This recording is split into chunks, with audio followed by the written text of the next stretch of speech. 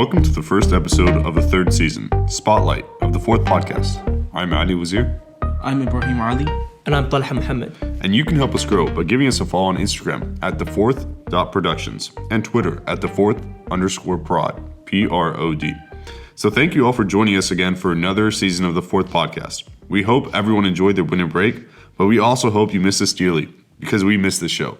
Because we took an extra week break as some of us were traveling, this season is going to be shorter than usual with only 3 episodes.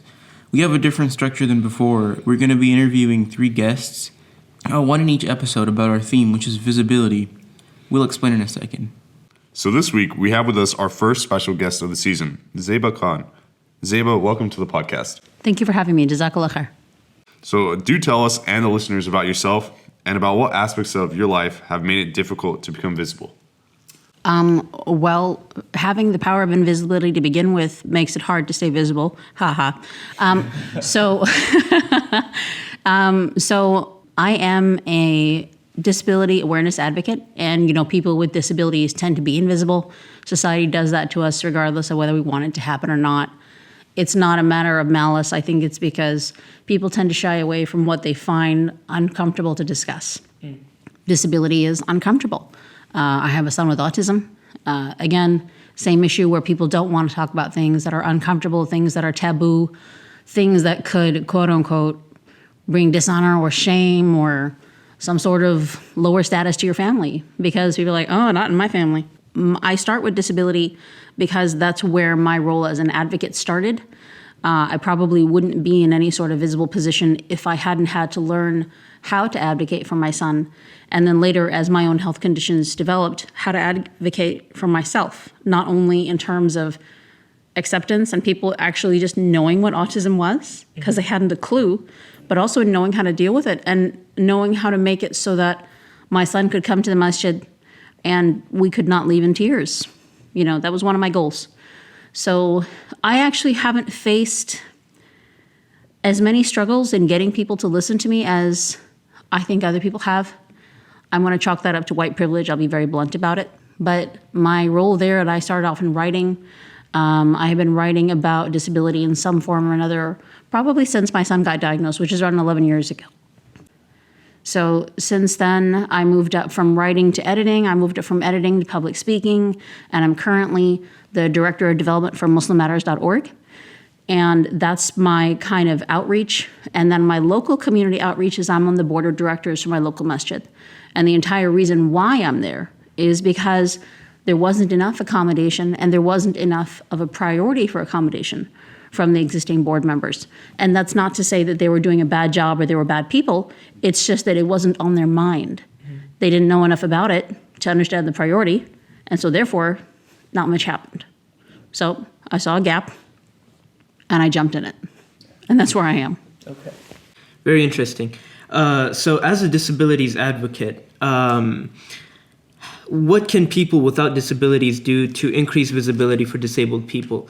How do we be accommodating towards disabled people without being patronizing, which is often what a lot of us, I think, are scared of doing and why we don't approach it in the first place? That's a really good question. The first thing that people can do is listen to experts. You guys have heard of mansplaining? Mm-hmm. There's something called able-splaining. Okay. Where I'll come up to a masjid and be like, hey, you guys really are not wheelchair accessible. And they're like, sister, let us tell you about the difficulties that Muslims with disabilities face in our community. I'm like, no, let me tell you, because sometimes I'm in a wheelchair and sometimes I'm not. They're like, oh, the doorways are super wide in our masjid. I'm like, that's so nice because it's an ADA requirement. Like it's fire code. Yeah. There's shoes all over the floor. This wheelchair isn't getting anywhere. You don't have a wudu-friendly station. You don't have a wheelchair-friendly wudu station. Yeah. Don't tell me you're ADA compliant because the ADA doesn't care about Muslims or it's not a Muslim-specific thing. So the first thing people have to do is they actually have to listen. Okay. Beyond that, then they have to be humble enough to accept that the way that things have been done up until this point, while it's worked for the able-bodied, while it's worked for the neurotypical, that doesn't mean that it's the right way. A lot of people stick to, well, it's always been like this in the masajid. We've always done it this way. No one's ever complained before. It's always been fine. you have to be able to understand that there's an upgrade to that. There's more than just this was the status quo and no one complained about it. So the lack of complaint doesn't actually indicate a lack of a problem or a lack of an issue. It simply means no one's complained because maybe they haven't had the ability to. Maybe they've not complained because they thought no one would listen. So I guess it all circles back to listening and seeking out input from the people who are actually affected by it, because they're the experts on it. I don't even claim to be an expert in, Down syndrome. I don't have a child with Down syndrome. I can't tell you about it, but I tell you I'll find somebody and I'll ask them what they need. And that's really the only way of going about it. So why do you think there's such a stigma or an attitude to people who have disabilities in the Muslim community? So I kind of chalk it up to a primitive version of prosperity gospel. I don't know if you guys know what prosperity gospel is. It's the idea that all good, all khair in this world, health and happiness and wealth comes from Allah. And it does. But the idea is that if you're lacking in any of that, the problem is you. You done something wrong. So people will straight up say to someone with disabilities, what sin did you commit? Think about this. I have been asked, think about it in your life and make tawbah. What did you do that God gave your child autism? I'm like, oh, I'm going to slap you. And then there'll be a reason for God to punish me. But that's not it. So people don't like to admit poverty, divorce, disability, depression, anything that could mean that they're a bad person. Because to them, good deeds is the good life. And if you don't have the good life, it means you're a bad person. And your family is bad people. And people don't want to bring shame or dishonor or that perception of badness upon their community, upon their families. They don't want to admit it. And so in other countries, I've lived in the UAE, I've lived in Pakistan, when someone has special needs in the family, you don't know because they don't leave the house. They don't tell anybody. Like even the brothers and sisters, they might not even be told what condition their sibling has. And no other family member, it'll be like a family secret. It'll be like a family shame of some sort, instead of it being a family focal point for improving the community and starting a conversation. People don't want to bring shame, and they think that disability is shame. That's what I think. That's my theory on it. I think, if I may add to that, a lot of people don't study, for example, if you study Islamic history well enough and the lives of the prophets, then you recognize, for example, the Prophet himself buried 6 of his children. In his lifetime, he buried 6 of his children. Ayub alayhi salam, Allah to test him, Allah took away his entire family. And many people don't necessarily realize that if you're tested in your own family or in your own health, perhaps it's not a punishment from Allah Azza wa Jal. Perhaps Allah is testing you because He loves you. Yeah, and that's the only thing you can come back to. Allah tests the ones that He loves. And you talk about, Ayub alayhi salam, Allah took away his whole family, and then he was bedridden. Yeah. He had chronic illness. We have prophets who have chronic illness. The father of Yusuf alayhi salam cried himself blind, and he was a prophet. We have blind prophets. We have chronically ill prophets. Musa alayhi salam had a speech impediment. He stuttered. So disability is part of our prophetic tradition and our religion, and given to people who are honored. The most honored of us are our prophets, and they had disabilities, and they dealt with disabilities. But our culture still hasn't put two and two together on that one. There's still some sort of negative association with it. I mean, even if you look at the life of the Prophet, right? He gave extra importance and he accommodated those who had disabilities, like the Sahaba who used to give the adhan in the masjid, right? He was a blind man. And we all heard the story of where the Prophet was talking to a group of people, the leaders of the Quraysh at that time. They were not Muslims. And a person with a disability, he was blind, he came up to him and did not see that they did not see that he was talking to those, and he was like, "Oh, Prophet, teach me the deen." And then the Prophet ﷺ was a little annoyed, right? And then he kind of turned his face, and then we all know that's why Surah Abasa was revealed. Abasa wa tawalla, he frowned and he turned. So I don't know why. I mean, these people in our community should really take a look within themselves and see that it's within our religion and within our culture to accommodate these people and people with disabilities and whatnot. Yeah, and what I love so much about the story of Abdullah ibn Maktoum, who you're referring to, is that the Prophet ﷺ appointed him as a second mu'adhin. So Bilal was the first, and Abdullah ibn Maktoum, he was the second. What does a mu'adhin need to do in order to call the adhan? Oh no, he needs to see the sun. He needs to see the sun. So not only did the Prophet appoint a blind man to know what time it was for prayer, but he appointed someone to assist him. That accommodation, not just permitting people with disabilities to exist in our space, but adding on and doing extra and making other people involved in that accommodation, that's part of our sunnah too. So the next thing that you mentioned about yourself is that you're a writer. You've been writing for over a decade now. So you've taken advantage. So from a place of, I guess, invisibility, you've taken advantage of the internet and social media to propagate your short stories and articles. Social media, though, is a double-edged sword, I think, in many ways. And while it can help level the playing field for people who don't usually have a voice, it can also facilitate harassment. Have you had any experiences with this? And what advice would you give to other writers and content creators who are trying to use the internet for their advantage? So with regards to being online and being a parent of a special needs child and having a disability myself, so the hate that I've gotten online has not been in the context of being a special needs parent or being a disability awareness advocate. It's been in the context of being a woman online. There are still people who have this idea that women are a bit like children, they shouldn't be seen or heard one way or the other, which is, again, completely antithetical to our sunnah, to our religion. It's just wrong on so many levels that it almost doesn't even, it's a question that doesn't even, it shouldn't be dignified with an answer. Like, we shouldn't have to explain why Muslim women are not invisible and should not be expected to be invisible and should not be expected to be quiet and not say anything or do anything that makes them stand out. We have a video series up on MuslimMatters.org right now called Loving Muslim Marriage, where myself and Ustada Zeba Khan, we talk to psychologists and psychiatrists and counselors and shiukh about Muslim sexuality and intimacy within the Muslim marriage. And these are conversations that people are not having, even though they're having the problems that go with it. They're not seeking help, they're not seeking counseling, they're not seeking education, and so the misinformation that persists in the community is damaging. It's damaging to Muslim families, it's damaging to Muslim children who look back at marriages and they're like, oh, is that what it is? No, thank you.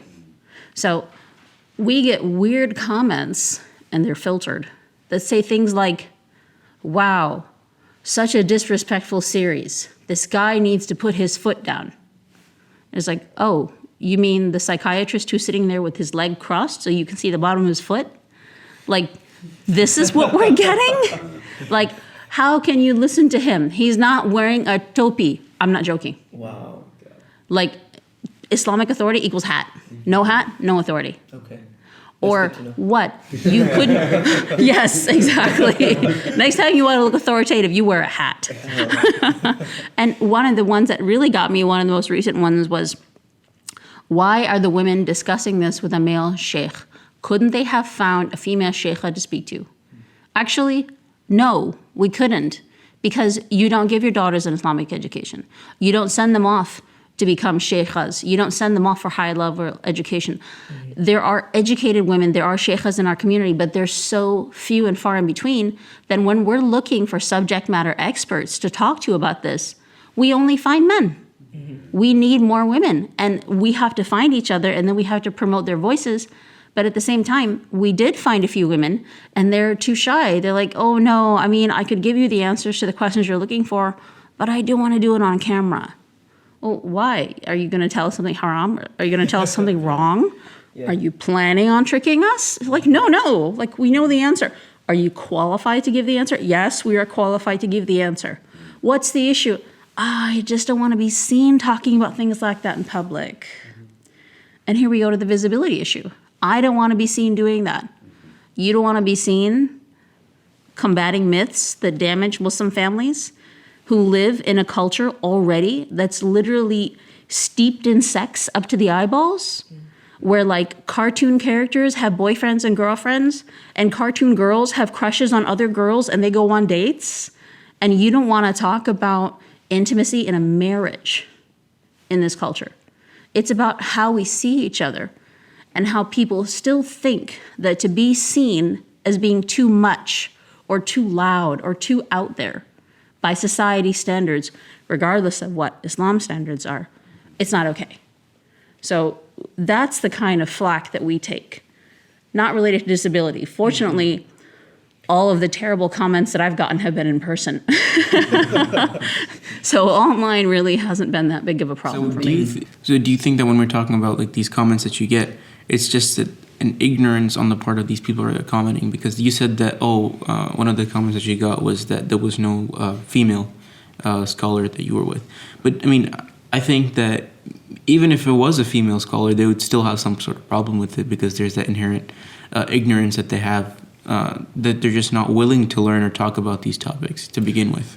You know, I'd like to say that their issue is the gender of the subject matter expert, but I'm pretty sure that it's not. Because even when we are talking to, like, they pick on the hat. They pick on how the guy is crossing his legs. They pick on the gender of the scholar. Some people even picked on our post-production values. The issue that they're trying to skirt is that we don't like people talking about this. Like, ghar ki baat ghar mein rehna. Like, your home stuff is supposed to stay at home. It's supposed to stay under the table. We don't talk about this. You know, this is not the kind of thing that people talk about in public. That kind of thing is what's going on. And so this nitpicking is skirting the issue. Because if they just came out and said, it's not appropriate to talk about this, we'd be like, well, actually, it is. The Prophet ﷺ lectured young men in foreplay and intimacy. Women walked up to the Prophet and said, hey, I have bleeding outside of my menstrual cycle. Can I still have sex with my husband? He's like, yes. And it wasn't like, be quiet, sister, astaghfirullah. You know, none of that ever happened. It was just like, yes, no. It was an open conversation with the community because that's what the community needed. So people are not upset because they're ignorant in the sense that they're uneducated or that they don't know how to read or that they've never studied anything. These are not people who are writing to us from like tiny villages in the backwater of a third world country. These are people writing from us from big cities, and when you go look at their profile, they're all very accomplished and educated people. They're not ignorant. They're embarrassed because they've put shame where shame doesn't go. You should be ashamed when you commit a sin. You should be ashamed when you do something wrong. But don't be ashamed because you did something right, but it rubs you the wrong way culturally. That's not the right place for it. That's a place for just being like, yeah, I recognize this makes me uncomfortable, but instead of lashing out, you need to turn inside and say, why does it make me uncomfortable? Is it because my parents never even said the word sex? Is it because my Desi parents never even admitted that humans have sex? Or that I wasn't conceived through a virgin birth or hatched through an egg? You know, it's like, these are the... The stork didn't bring you. Astaghfirullah. I don't know what kind of bird it would be if you're Desi. some sort of Desi murghi running around somewhere. But it makes people uncomfortable. It's not ignorance, it's discomfort. So another topic that I've felt was really preeminent in society today is you mentioned individuals having issues with women speaking on these topics. And then we dove a little deeper and we spoke about how it's the topics themselves being taboo, whether it be sexuality, whether it be, especially within the young men community. I've noticed that the topic of pornography is unfortunately, like, no one's willing to talk about it, but that issue is there. Because as you mentioned, it's prevalent in all forms of social media and news outlets and TV today. However, one topic that I did want to touch upon is we see a lot of social media activism. As Talha mentioned before about the advent of utilizing social media to get a message across. How do, especially sisters in the community, how do they go about promoting or being activists while also maintaining haya and the adab and akhlaq of a sister from a Muslim perspective? So the answer to that question relies first on unpackaging a loaded question. Mm-hmm. The loading in that question is, that's okay. The loading in that question is that being on social media is intrinsically somehow against haya, or good akhlaq or good adab. You can be on camera and be wearing all your clothes and not be rude and not swear and be visible to 5 million people worldwide and still not be violating haya or adab or akhlaq. The answer is the same way they would in person. The number of viewers and the platform of viewers and the format that the audience takes doesn't change the behavior of the person being seen or watched. So simply existing in a social media space is not antithetical to modesty in any way. You can be immodest in private and you can be modest in public. Now, you mentioned pornography, and I wanted to talk about that as well because we have some resources that are on Muslim Matters that talk about this, but I don't feel like we have enough. And we have conversations with regards to young men in pornography, but what a lot of parents don't realize and what a lot of Muslims don't realize is the average exposure age of pornography is between the ages of 8 and 11. The kids in your masjid are watching porn. Full stop. Your children's friends watch porn. Full stop.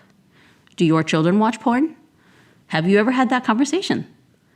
Do they know what pornography is? Did you ever tell them that sometimes shaitan convinces other people that it's a great idea to look at other people's bodies naked? Can you say the word naked to your kids? Like, there's a lot of groundwork that has to be covered before you can have those difficult conversations. And it's kind of hard to catch it all up in one go. But if you walk in on your child on a laptop at 1 o'clock in the morning and they're on Pornhub, you have to catch up really fast because that means that there's a huge gap, not just in parenting, but also in our khutbahs. I mean, I really never want to attend another khutbah again where the imam is talking about the etiquettes of being in a khutbah. Like, please stop. Don't ever do that. No, just please don't. And wudu, don't. Just please don't. Let's talk about pornography. Let's talk about sexual addiction in the Muslim community because we're not immune from it. We're hiding from it, but that's not the same thing as not having the problem. And it's extremely prevalent. So I'm glad that you brought that up. And I would love to be able to find more people willing to talk about it, but then we run into that issue of aib and, besharam, and, people don't want to say, yes, I've had this issue. Yes, I know children who are dealing with this, and here's how we talked about it. Yes, these are the following resources. Because right now, there aren't a lot of resources. Right now, the conversation about pornography in the mainstream media is it's healthy. It's a great way to bring spice into your relationship. It's freedom of expression. Let people explore their sexuality. It's like, no, that's not information we can use. These are not subject matter experts that are giving us the right information. So to kind of say that, there's enough resources on pornography so that Muslims who have an issue can find what they're looking for, even if it doesn't come from a non-Muslim source, that doesn't work. Like, if you're having a heart problem, you can go to a non-Muslim cardiologist and get sound advice because we're all on the same page, more or less. That's not the case with moral issues. So we really need to talk about that more, and I'm glad you brought that up.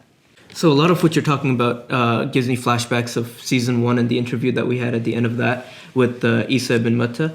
And he talked, so we talked about the colonized mentality of Muslims. And so he touched up on a lot of what you're talking about, actually, including the role of women in society and the role of, and the history of sexuality that's openly discussed in the prophetic tradition. But somewhere along the way, we either fell victim to, our colonizing overlords mentality or just kind of brought it in ourselves. How do we bring back this openness of discussing relevant issues, and how do we do that in a way that's visible and appropriate, relevant to the people that we're trying to reach out to? That's a very good question. The example of this one is the Sunnah. So we look to the Sunnah of how the Prophet ﷺ did it. He had special days where he would only address women and he would take women's topics. And the women did not discourage each other from asking. The women of Mecca were a little bit more reserved, and they were sometimes a little surprised at the questions that the women of Medina would be just like, hey, what's up with this? But nobody shunned them. Nobody said, astaghfirullah, sister, have haya. So the first step is to set a platform or an event or a time and give people permission and an invitation to bring their questions forward without judgment. Right now, without prior permission, it's really hard for somebody to break out of the status quo and be like, I'm going to walk up to my imam and ask him how many days does haid last in the Hanafi tradition before it counts as istihada. Like, I'm just going to say that. It's like, well, first of all, he's always in the men's musalla. Second of all, he prays, he goes to his office, he's surrounded by a group of men, and then he leaves and goes home. You don't just, if you're a woman, you don't just call the imam. You don't have him over for tea or coffee. You have diminished access based on gender. And that's not a bad thing unless it remains that way. You have the imam or the local spiritual leader has to compensate for that diminished access by providing alternate forms of access. The way that the Prophet ﷺ had gatherings that were just for women. And it was a time to ask these questions. So these permissions were given. The culture was given. So even if you have a gathering of 50 women and the sheikh is a man because that's all you've got, and you want to talk about haid, you can't just say, does anybody have any questions about haid? Please raise your hand. By the way, sorry, for translation's sake, that means menstruation. I don't know what the language level of people listening is, so I want to specify that. So you have to be able to start talking off about it.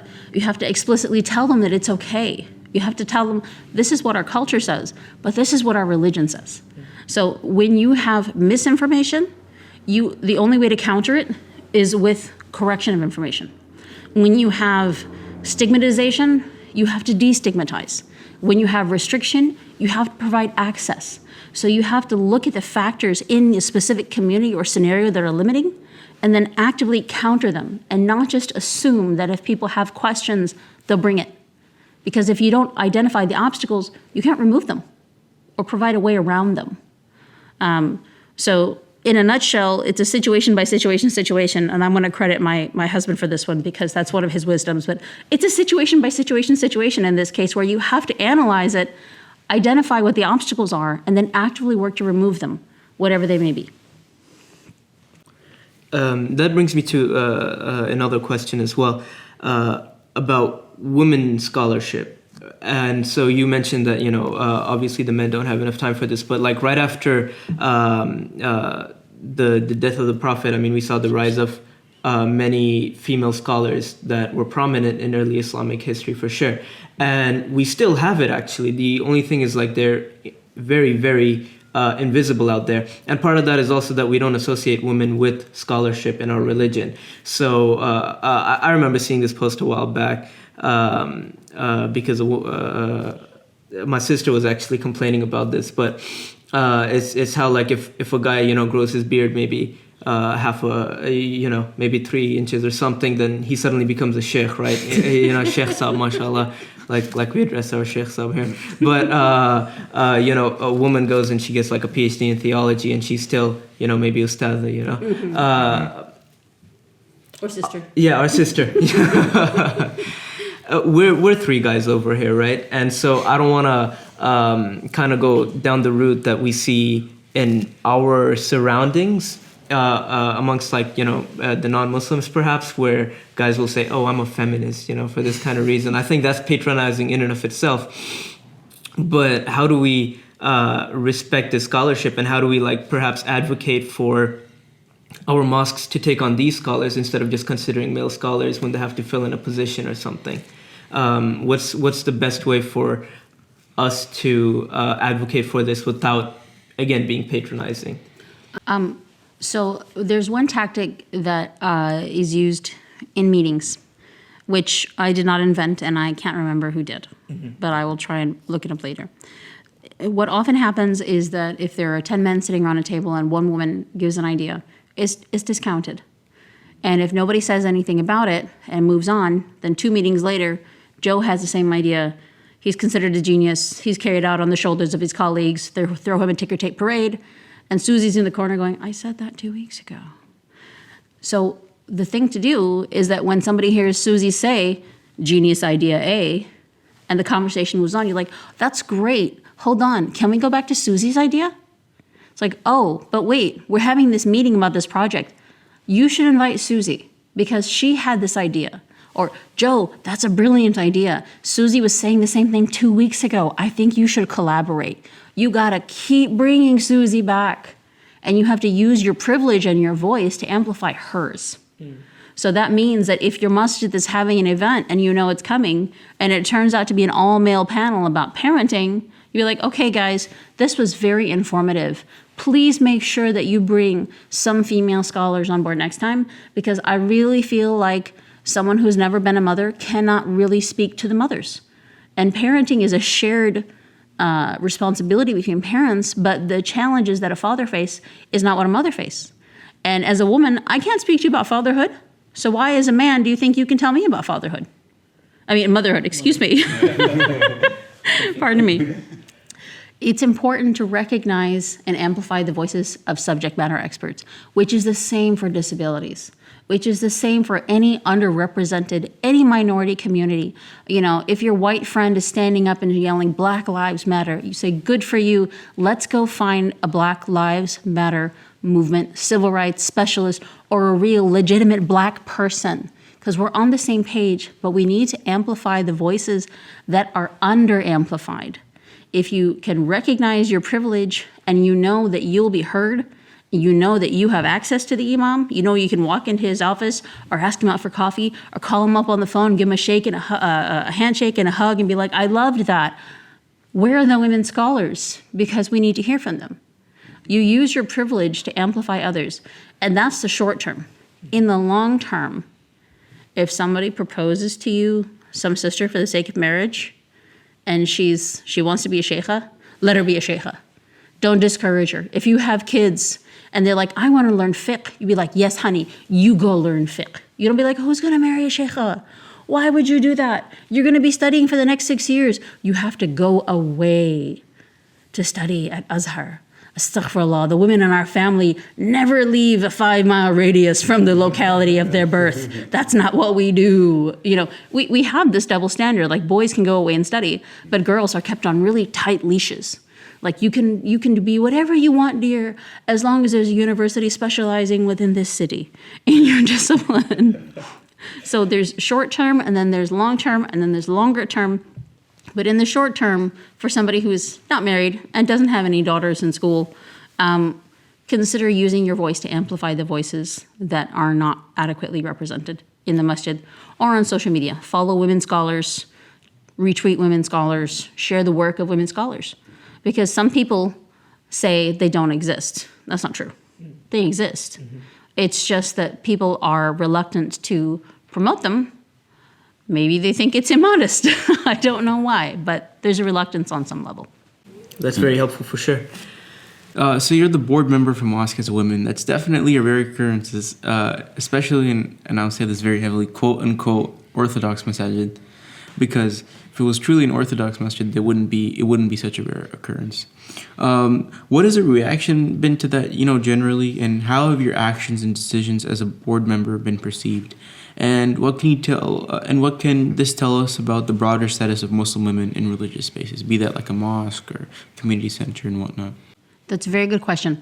So Muslim women in different spheres and different platforms have different levels of representation. When it comes to education, Muslim women are overrepresented because teaching and educating children is seen as something acceptable for Muslim women to do. It's acceptable for Muslim women to be seen advocating and being good at.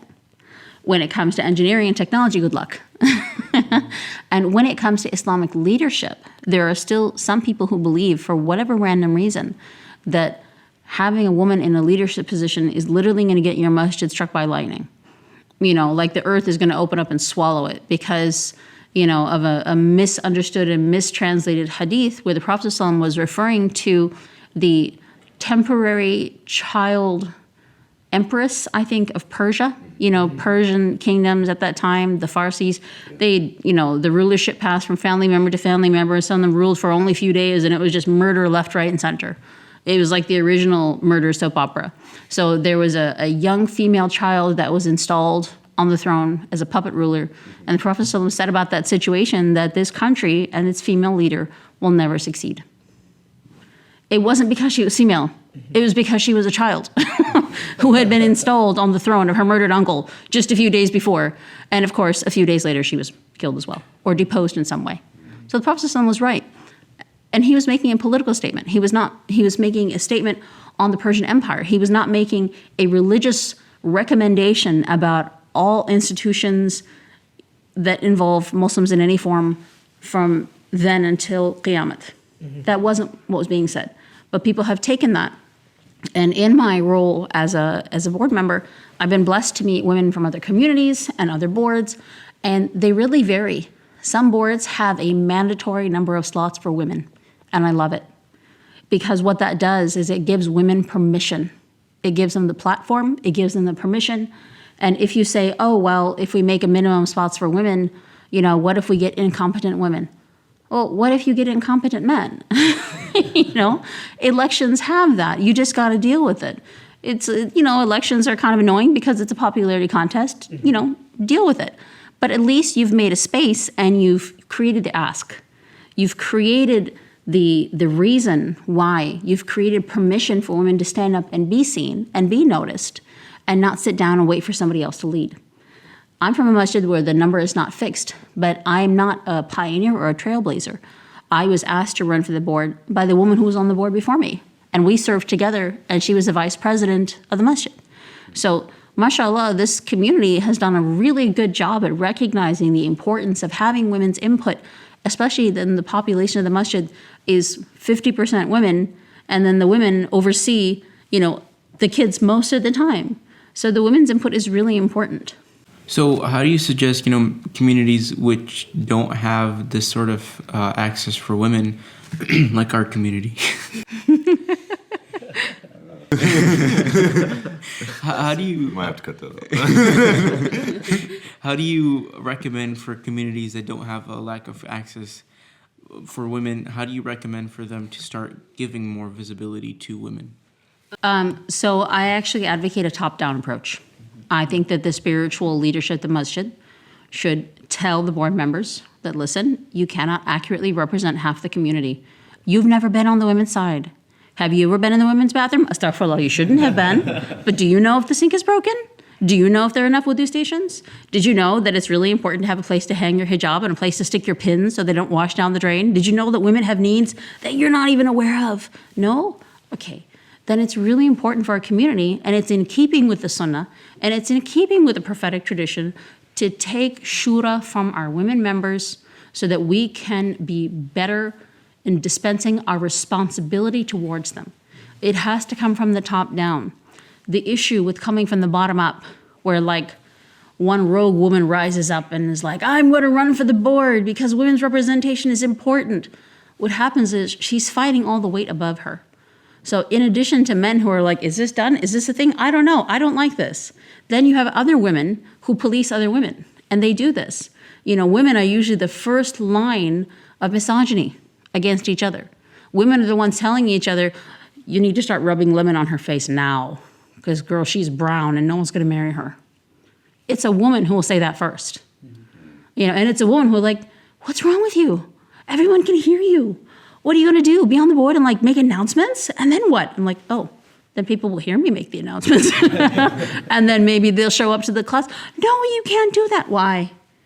So a woman trying to make change from the bottom up has all the weight of that bearing down on her. And that's really hard to fight. That's really hard to overcome.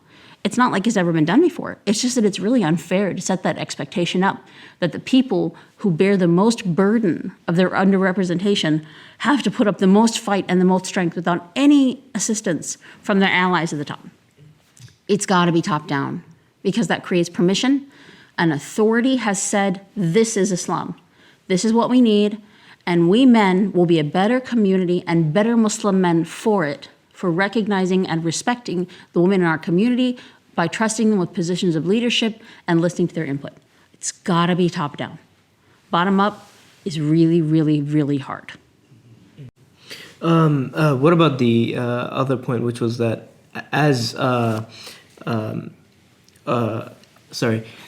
on a board of directors, in a place where maybe it isn't that common, like you mentioned, it's a rare occurrence. How are your actions perceived? Like, I'm sure there must be more scrutiny. How do you deal with that? How would you advise someone who does plan on doing this, maybe from our audience, to deal with, the extra scrutiny that for sure is there? Like, how difficult has it been for you, for your actions to be accepted and appreciated?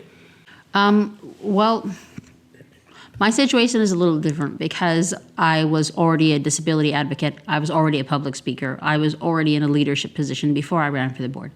So I'm already accustomed to being criticized, to being scrutinized, to either being celebrated or trashed the next day by the same people. It's par for the course. But for somebody that it's new to, you have to focus on your goal and your intention. You have a specific goal, identify it. I'm here to represent the women of the community to the best of my abilities in a way that pleases Allah. And it doesn't matter whether Auntie likes it or not, because Auntie's not going to like it. I have had people whose kids don't play with my kids anymore. Oh, well.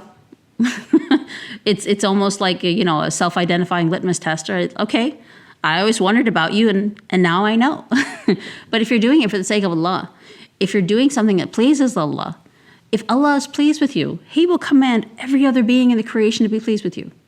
Allah tells the angels to love someone. Allah tells the fishes in the sea and the creatures on the earth, and those that are beloved to Allah will love you too. So you will find support in the place where support matters. When I first got on the board of our masjid, Sheikh Yasser Bridges, who's a wonderful resource, mashallah, he came in and he gave a lecture to the whole board. He said, listen, when you're serving the community, it's going to be a given. 33% of the people will love you. 33% will hate you. And 33% will be really ambivalent about what you're doing. They're not going to care one way or the other. People will switch in and out of these groups. The percentages will stay largely the same. As long as you understand that this is the way that it will be, and there's no way to do this job that's criticism-free or completely all wins, or that it's not going to be all losses, it's easier to handle it and to take the long view of it. But if you do it to please the people, it's a bad way of trying to get their pleasure. Because if you're serving on a board, no one is coming to you with issues of right and wrong. No one is coming to you and saying, hey, we have this proposal where we'd like to install a casino in the Masalla to generate funds. Do you approve or do you disapprove? You're like, no, that never reaches the board. What does reach the board is, hey, we have this one room free at a prime Saturday slot, and there are 7 organizations who want to use it all at once. No matter what you do, 6 people are going to be upset at you. 6 different agendas. What if a disability group wants to use it? What if a civil rights group wants to use it? What if a women's rights group wants to use it? What if the Quran school wants to use it? You're going to make people unhappy. And it's not like any one is more important than the other. But if you do it for the sake of Allah, then the people's happiness doesn't matter. That's very profound. So, Sister Zeba, we were just curious before we wrap up this episode, if you had anything going on in your life or anything professionally you want to go ahead and share with our listeners and ourselves, anything that's going on as of right now, we'd love to hear it.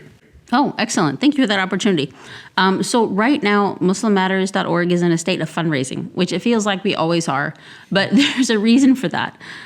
Muslim Matters is free to read. It's globally accessible. We do not receive any government grants. We do not have any corporate sponsors. And that means we can make people mad by telling the truth and calling out countries and organizations. If somebody sheikh in some organization, has been slapped with a civil lawsuit for sexual misconduct, we don't get our funding from them. We can talk about it. We can do that. And that's actually really important because otherwise we lose the opportunity to have independent Muslim media. There is no real alternative to Muslim Matters. Big media outlets do not publish what is relevant to us. Often they publish misinformation about Islam. So at the present, Muslim Matters has been operating for 12 years. We have 3 million unique readers, literally from every country in the world. We are always in need of funding because we strive to stay as independent as possible. I think people have a tendency to take websites for granted. They just assume that if you click, it's always going to be there. If I'm looking for something, it's always going to be there. But if it's not funded, it's not always going to be there.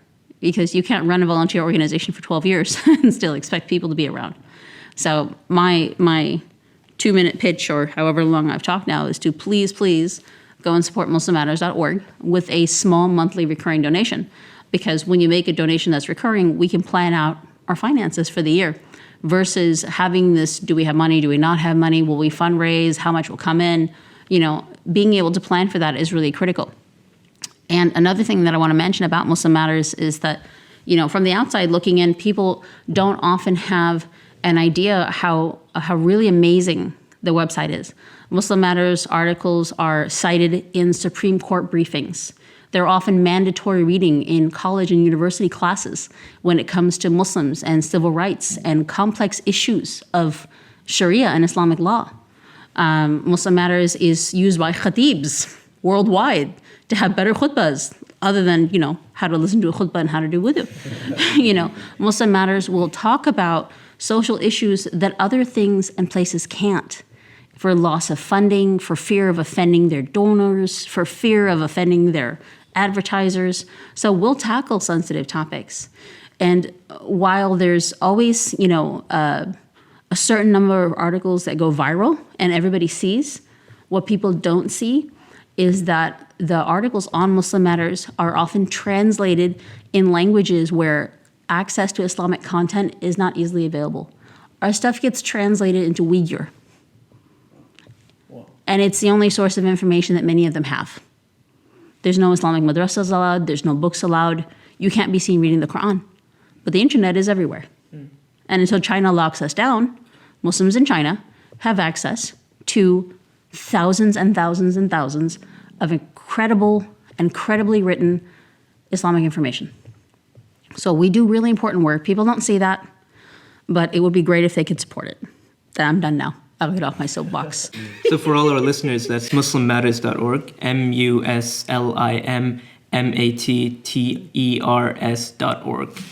Sister Zeba, thank you so much for joining us, and thank you all for tuning in to the beginning of the 3rd season of the 4th podcast. Be sure to give us a follow on Instagram at the4th.productions and Twitter at the4th_prod, PROD. Now, we will go ahead and see you next week, and we hope you all have a great rest of your day.